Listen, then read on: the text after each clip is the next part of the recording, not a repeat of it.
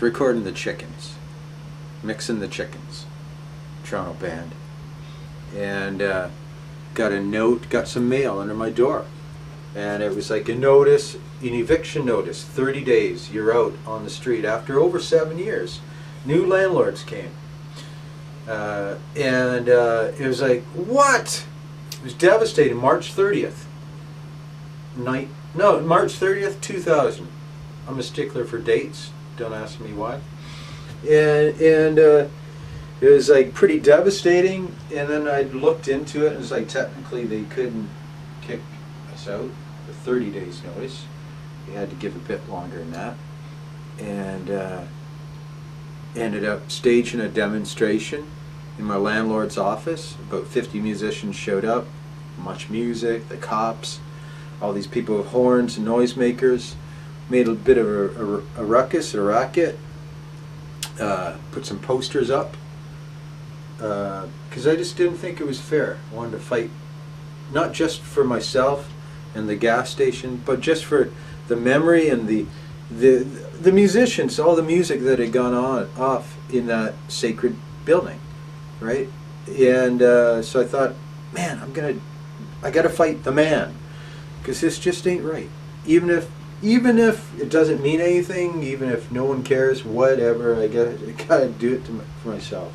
So anyways, as a result of that, and some people said, don't do that, don't make a noise, blah, blah, blah. I had these posters up. Down the street from the gas station, there was like the village, Liberty Village Market. And this woman, Susan Saran, saw a poster on there about the demonstration. She gave me a call about a week before we were supposed to be out of the gas station. I was recording Gord Downie at the time. He was the last person at the station. Got a call from Susan saying, we're Artscape, we have artist spaces. Don't know if we can help, but we should do some brain thinking together. So, okay. So walked down the street, and as soon as I got in there, they said, how much space do you need? I said, well, at least 500 square feet. They pulled out the maps and said, well, we got this space on Toronto Island, the old school, these portables are available, and this here, and I go, where do I fucking sign?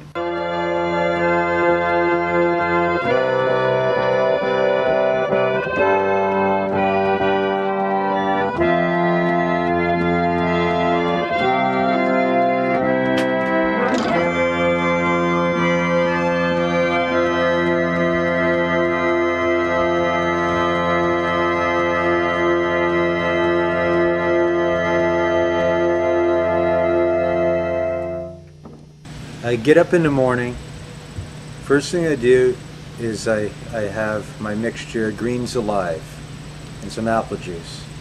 Then I go and I water my garden and I weed my garden a bit. And then in the summer I go for a swim in the lake, which is my front yard.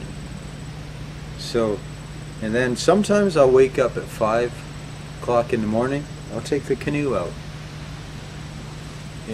And then I look at the sky and I say, I'm the luckiest musician around. Ominous.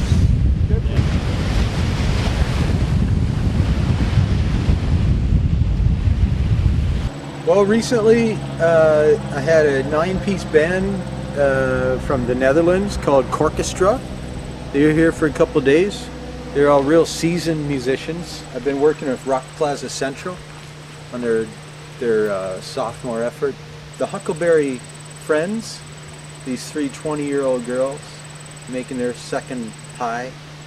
And the Slim Twig's been coming here and doing some overdubs. He's been doing stuff in his home on his own computer, but he came out here to do some, I don't know, more sophisticated overdubs or whatever.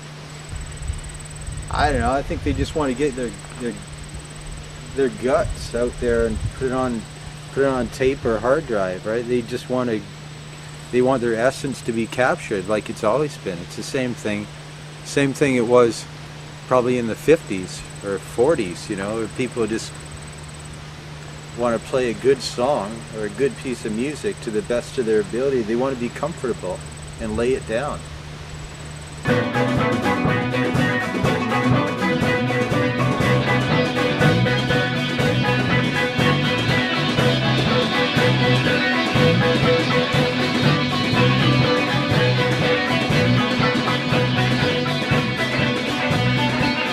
in order for me to be happy and feel that I'm contributing to my own creativity, I gotta try to find something new, some new techniques, some new miking techniques, something.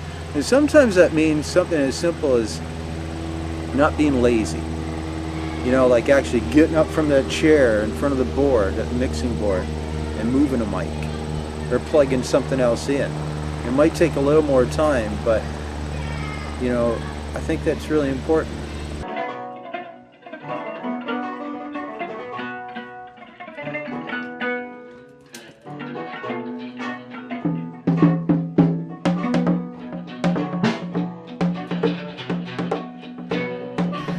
Out on the island, yeah. Like, why do people come here? Well, yeah, I guess partly it's because like some bozo might know how to and put a mic here or there, or what mic to use. But it's often it's the space. It's this. I look at it like I'm a waiter. I am like a waiter because I'm asking, what do you want for your headphones? But I'm trying to make people feel comfortable.